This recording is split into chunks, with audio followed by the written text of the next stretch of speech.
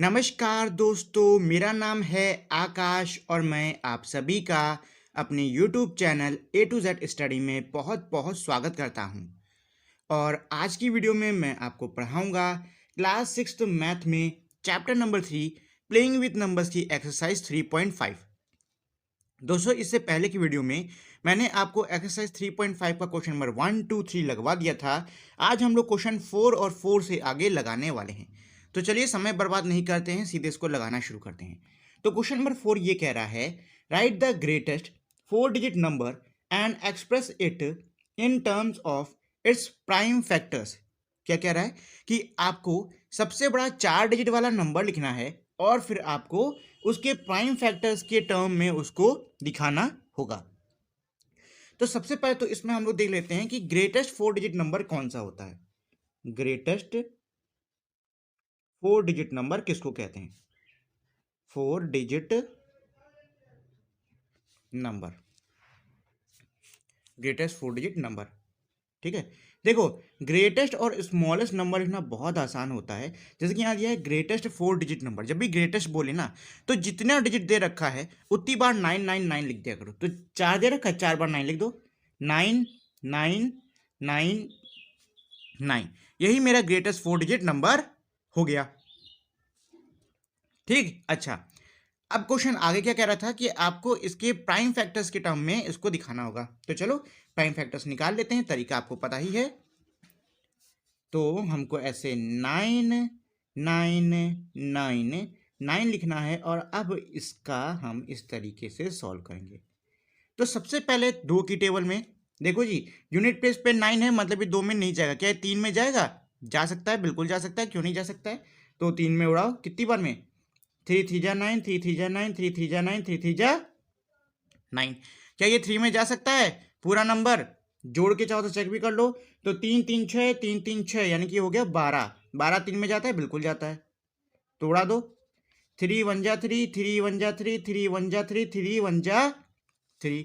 1 2 3 4, 4 है, क्या 4 3 की टेबल में जाता है? नहीं जाता है, तो ये मेरा 3 में नहीं जाएगा, 4 में भी नहीं जाएगा, 5 में भी नहीं जाएगा, 6 में भी नहीं जाएगा।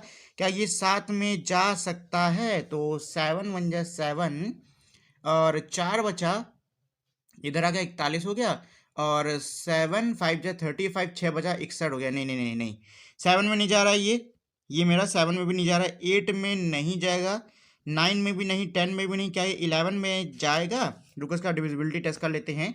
तो 1 + 1 2, 1 + 1 2 माइनस रहेंगे, आंसर आएगा 0। बिल्कुल जा रहा है, बिल्कुल जा रहा है। कितनी बार में जा रहा है ये उड़ा लेते हैं।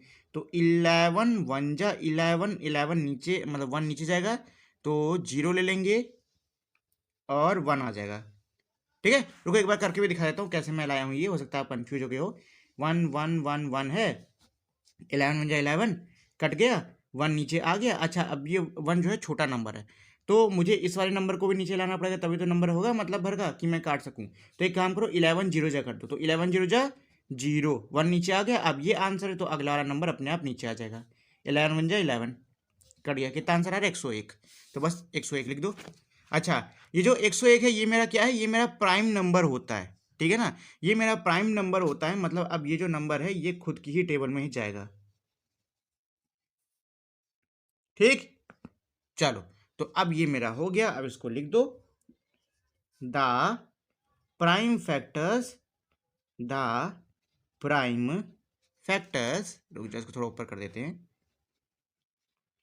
The prime factors of 9999 equals to, यहाँ जगह नहीं, नीचे लिख दे रहा हूँ मैं। ठीक है, 3 × 3 × 11 × 101। ठीक है, ये हो गया मेरा क्वेश्चन नंबर 4। चलो जी, क्वेश्चन नंबर 5 कर लेते हैं। इसके बाद में है क्वेश्चन नंबर 5। क्वेश्चन नंबर 5 क्या कह रहा है? क्वेश्चन नंबर 5 ये कह रहा है, right the smallest 5 digit numbers and express it in the form of its prime factors. क्या बोला है कि भाई आपको क्वेश्चन नंबर 4 में क्या करना था? इसमें कहा था कि ग्रेटेस्ट 4 डिजिट नंबर लिखना है और फिर उसके प्राइम फैक्टर्स आपको दिखाने होंगे। इसमें कह रहा है कि भाई स्मॉलेस्ट 5 डिजिट का नंबर लिखो और उसके प्राइम फैक्टर्स दिखाओ। तो सबसे पहले तो स्मॉलेस्ट 5 डिजिट का नंबर लेते हैं। तो स्मॉलेस्ट 5 डिजिट का नंबर क्या होता है, शुरू में लिखो 1, उसके बाद मतलब सारे जीरो लगा दो। तो 1 2 3 4 5, यही हो गया मेरा स्मॉलेस्ट 5 डिजिट का नंबर। अब हमें इसको सॉल्व करना है। तो चलो भाई कर लेते हैं। 1 1 2 3 4, सबसे पहले उड़ाना शुरू करते हैं। तो शुरुआत हमेशा हम छोटे टेबल 2 से करते हैं। यूनिट प्लेस पे मेरा 0 है। मैंने आपको बता रखा जिन नंबर्स के यूनिट प्लेस पे मेरा 0 2 4 6 8 होता है वो मेरे 2 की टेबल में जाते हैं। मतलब ये नंबर मेरा 2 की टेबल में बिल्कुल जाएगा। अब कितनी बार में जाएगा ये देख लो। 2 5 जा 10, इतना सॉल्व हो गया। अब 1 2 3 जीरो बचे, उसको नीचे डालो 1 2 3। ये तो मैं डायरेक्ट कर रहा हूं। अगर आपको डायरेक्ट नहीं आता तो आप ऐसे करके देख सकते हो। यहाँ पे लिखो 4, डिवाइड का निशान, तो 2 5 जा 10, कट गया। 1 2 3 जीरो है तो 1 2 3 जीरो डायरेक्ट यहीं पे भेज दो, खत्म कहानी। ये हो गया इसका आंसर। ठीक है, अब इसको भी डिवाइड करना है 5000 को 2 से कर लेते हैं, यूनिट प्लेस में मेरा क्या है 0 है। तो 2 2 जा 4, 2 5 जा 10, और कितने जीरो बचे 1 2, तो 1 2 यहाँ भेज दो। ठीक है, ऐसे ही करते जाओ पूरा। तो अगला क्या आ गया, फिर से 2 से स्कोर आया और आंसर आया था मेरा 2500। क्या अब भी ये 2 से जा सकता है? बिल्कुल जा सकता है, क्योंकि यूनिट प्लेस पे मेरा अब भी क्या है 0 है जी। तो चलो करके देख लेते हैं। तो 2500, इसको 2 से उड़ाना है। 2 1 जा 2, कट गया, 5 बचा, 2 2 जा 4, 1 बचा, 0 आ गया, 2 5 जा 10, कट गया, 1 0 बचा, इधर आ जाएगा। तो कितना आ रहा है 1250। अच्छा, इसके यूनिट प्लेस पे भी 0 है, तो ये भी मेरा 2 से जा सकता है। चलो उड़ाते हैं। यहाँ लिखे, यहाँ ऊपर कर लेते हैं, जगह है काफ़ी। 1250, 2 से उड़ा लो, 6 बार में 12 आ गया, 5 बार आया, सॉरी 2 बार में 4 आया, 1 बचा 0, और ये आ गया 5 बार में। कितना आ गया 625। अच्छा जी, अब ये मेरा 2 से नहीं जाएगा, क्यों? क्योंकि यूनिट प्लेस पे अब मेरा क्या आ गया 5 आ गया है। ठीक, तो अब ये किससे जा सकता है, क्या है 3 से जाएगा, चेक कर लो।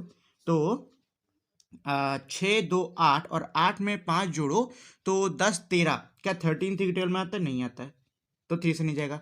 4 से भी नहीं जाएगा, 5 से ही जाएगा, क्योंकि यूनिट प्लेस में मेरा 5 है। ठीक है, तो 5 1 जा 5, एक बचा इधर आ गया, ये 12 हो गया। 5 2 जा 10, 2 बचा इधर आ गया, ये 25 हो गया। 5 5 जा 25, इस वाले को उड़ा लेते हैं। तो 5 2 जा 10, 2 बचा इधर आ गया, 25 हो गया, और 5 5 जा 25, 5 से कर लो, 5 5 जा 25, और 5 1 जा 5। ठीक है, तो ये है पूरा। अब इसके लिख लो भैया प्राइम फैक्टर्स, नीचे डालो prime factors of prime the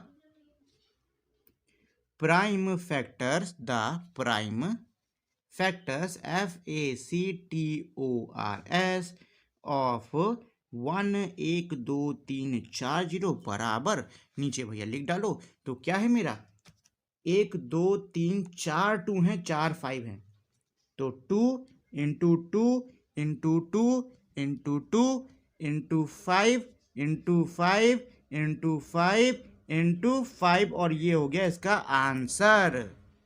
अगला है इसमें क्वेश्चन नंबर 6। तो समझ लेते भैया क्वेश्चन नंबर 6 क्या कह रहा है। देखो क्वेश्चन नंबर 6 ये कह रहा है, find all prime factors of 1729 and arrange them in ascending order. Now state the relation if any between the two consecutive prime numbers, prime factors. क्या कह रहा है कि भाई मेरा एक नंबर दिया है 1729, ये वाला 1729, मुझे इसके क्या निकालने हैं भाई, प्राइम फैक्टर्स निकालने हैं। प्राइम फैक्टर्स निकालने के बाद में आपको इसको असेंडिंग ऑर्डर यानी बढ़ते हुए क्रम में, पहले छोटा नंबर फिर उससे बड़ा फिर उससे बड़ा, ऐसे करके लगाना है। और आपको ये बताना है कि क्या उसमें जो फैक्टर दिए हैं, मतलब उसके जो लगातार 2 फैक्टर दे रखे हैं, क्या उसके उनके बीच में कोई रिलेशन है या नहीं। तो ये सब तो तभी पता चलेगा जब इसके फैक्टर निकलेंगे। तो चलो पहले इसको सॉल्व ही कर लेते हैं। ठीक है, तो 1729 कौन सी टेबल में जा सकता है। देखो 2 में तो जाएगा नहीं, क्या ये 3 में जा सकता है, चेक करते हैं। तो 9 1 10 17 19, 19 नहीं जाता है। 4 में नहीं, 5 में नहीं, 6 में नहीं, क्या ये 7 में जा सकता है? डिवाइड करना पड़ेगा भाई, इतना तो मेरे को भी नहीं आता इतना बड़ा है जी। 1729, तो 7 टू जा होता है 14, बचा 3, 2 आ गया, 7 4 जा मेरा होता है 28, 4 बचा 9 आ गया, बिल्कुल जा रहा है जी, बिल्कुल जा रहा है 247 बार में। तो कितने बार में गया? 247 बार में 7 की टेबल से इसको उड़ा दिया है। ठीक है, चलो, क्या 247 7 में जा सकता है? चेक कर लेते हैं, वैसे चांसेस कम है बट चेक कर लेते हैं। 247 डिवाइड बाय 7, तो ये मेरा 3 बार में 21, 3 बचा 7, 37 नहीं आएगा, नहीं नहीं नहीं नहीं नहीं नहीं, 7 में नहीं जाएगा, तो 8 में नहीं जाएगा, 9 में भी ये नहीं जाने वाला है। देख लेते हैं, तो 7 और 4 11, 2 जोड़ होता है 13, 9 की टेबल में 13 नहीं आता, नहीं, ये मेरा 10 में तो बिल्कुल नहीं जाएगा, 11 में क्या ये जा सकता है? नहीं, 11 में भी नहीं जाएगा, 9 में से 4 घटाओगे 5 बचा, नहीं जा रहा है, 12 में भी नहीं, क्या ये 13 में जा सकता है? वो चेक कर लेते हैं। 247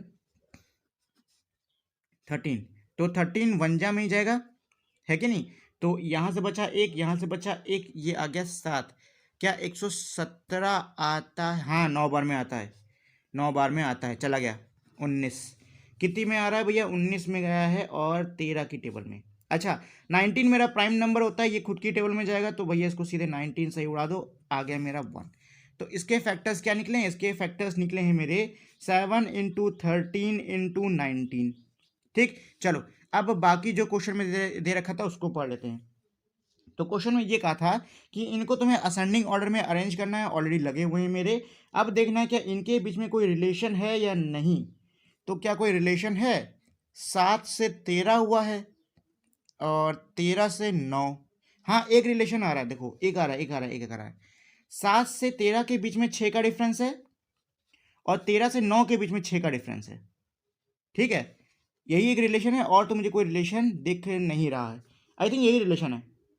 ठीक, यही रिलेशन है कि जो डिफरेंस है वो मेरा कितने का है? 6 का है। इनके बीच में जो डिफरेंस है वो मेरा 6 का है।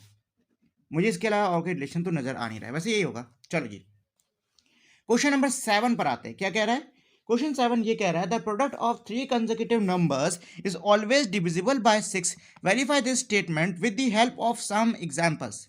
ये कह रहा है कि किन्हीं भी लगातार 3 नंबर्स का जो प्रोडक्ट होता है, मतलब अगर कोई भी लगातार 3 नंबर लेता हूं, उनको मल्टीप्लाई करता हूं, तो वो हमेशा 6 से डिविजिबल होगा। अच्छा, ऐसा कुछ होता है क्या? ये तो मैं पहली बार सुन रहा हूं भाई, ऐसा कुछ होता है। करके देखते हैं। क्या बोला कि भाई 3 लगातार नंबर का जो प्रोडक्ट है वो 6 से डिविजिबल होगा। इस स्टेटमेंट को हमें एग्जाम्पल की मदद से वेरीफाई करना है, तो चलो करके देखते हैं। मुझे भी नहीं पता था कि ऐसा कुछ होता है। तो कोई भी 3 लगातार 3 कंसेक्यूटिव नंबर लेने हैं ना, चलो लेते हैं, लिख भी लेते हैं, क्योंकि ये मेरा लैंग्वेज वाला है। देखो, लैंग्वेज वाले क्वेश्चन में ना हमेशा कुछ ना कुछ थोड़ा बहुत लिख दिया करो। कंसेक्यूटिव नंबर्स, NUMBERS, तो कोई छोटा लेते, बहुत बड़ा नहीं लेंगे, नहीं तो पता चले घंटे पर तो वही कर रहे हैं। तो एक काम करते हैं, 11 12 13 लेते, 11 12 13। ठीक है, चलो इनको आपस में मल्टीप्लाई किया जाए, तो 11 इंटू 12 इंटू 13, तो इधर एकदम किनारे कर ले रहे, तो ये 12 हो गया, 11 हो गया, तो 1 2 1 2, यहाँ पे आएगा यार, तो ये हो गया 2, ये हो गया 3, ये 132, और इसमें 13 का मल्टीप्लाई कर लेते हैं, तो ये हो जाएगा 6, 3 3 जा 9, 3 1 जा 3, ये हो गया 2, ये हो गया 3, ये हो गया 1, जोड़ लो तो ये हो गया 6, और 9 2 11, एक हासिल 6, एक ये 7 और 1, तो मेरा क्या हो गया? ये 1716। ठीक है, अब देख लेते हैं क्या ये मेरा 6 से डिविजिबल है कि नहीं है। जैसा क्वेश्चन में दिया है वैसे करेंगे। 6, इसको 6 से उड़ा के देख लेते हैं, तो 6 6 6 2 जा, दिख रहा है? अब दिख रहा होगा, पहले शायद थोड़ा धुंधला हो गया होगा, मतलब धुंधला कह रहे हैं, साइड में कट गया होगा, अब दिख रहा होगा आप लोग को। चलिए, 6 2 जा 12, 5 बचा 1 हासिल हो गया, 6 8 जा 48, 3 बचा 6 आ गया, अरे वाह चला गया 36, अरे वाह ये तो उड़ गया 286 बार में, ये तो चला गया भाई 286। सही बता तो मुझको भी नहीं पता था इससे पहले कि कोई भी लगातार 3 नंबर उठा लो, उनको मल्टीप्लाई करो तो वो हमेशा 6 से डिवाइड होते हैं। ये तो बढ़िया चीज़ निकल आई, अरे वाह मज़ा आ गया जी। चलो जी, तो ये हो गया क्वेश्चन नंबर 7। ठीक है, इसके बाद में क्वेश्चन नंबर 8 क्या कह रहा है? ये कह रहा था sum of two consecutive odd numbers is divisible by 4, verify this statement with the help of some example. क्या बोल रहा है, ये बोल रहा है कि भैया जो मेरे दो लगातार जो ऑड नंबर्स होते हैं उनका सम 4 से डिविजिबल होता है। आपको इस स्टेटमेंट को कुछ एग्जांपल की मदद से वेरीफाई करना होगा। तो देखो मुझे ये तो पता है कि दो ऑड नंबर का सम इवन होता है, बट मुझको ये नहीं पता था कि दो ऑड नंबर का सम जो है वो 4 से डिविजिबल होता है। इस एक्सरसाइज में दो नई चीज़ें मुझे सीखने को मिली। पहली तो ये कि अगर लगातार कोई भी 3 नंबर लिया उसको डिवाइड कर लो तो वो 6 से डिवाइड होंगी, और दूसरी ये कि कोई भी दो लगातार ऑड नंबर ले लो वो 4 से डिविजिबल होंगी। चलो करके देखते हैं। तो एक काम करते हैं, कोई छोटे नंबर उठाते हैं। 11 13, 11 ले लो और 13 ले लो, दोनों को जोड़ दो तो 11 1 4 24, ठीक है। 24 आ गया। क्या 24 मेरा 4 की टेबल में जाता है? बिल्कुल जाता है भाई, 6 बार में। लो हो गया। यही तो करना था भाई, यही तो करना था ना। बस यही हमको दिखाना था कि ये जाएगा कि नहीं जाएगा, तो ये मेरा जा रहा है बढ़िया से। बात खत्म। ये इसका आंसर हो गया। आंसर कुछ स्टेटमेंट, रुको देखते हैं इसमें कुछ स्टेटमेंट देना क्या। हम्म, नहीं कुछ नहीं देना, ऐसे ही छोड़ दो। हाँ चाहो तो लास्ट में स्टेटमेंट लिख सकते हो, yes the sum of two consecutive odd numbers is divisible by 4। चाहो तो इतना कर सकते हो, वैसे लिखने की जरूरत है नहीं, इतने पे भी हो जाएगा। ठीक है, तो चलो आज के लिए इतना काफ़ी है। अब इसके आगे के जो क्वेश्चन है वो मैं आपको अगली वीडियो में लगवाऊंगा।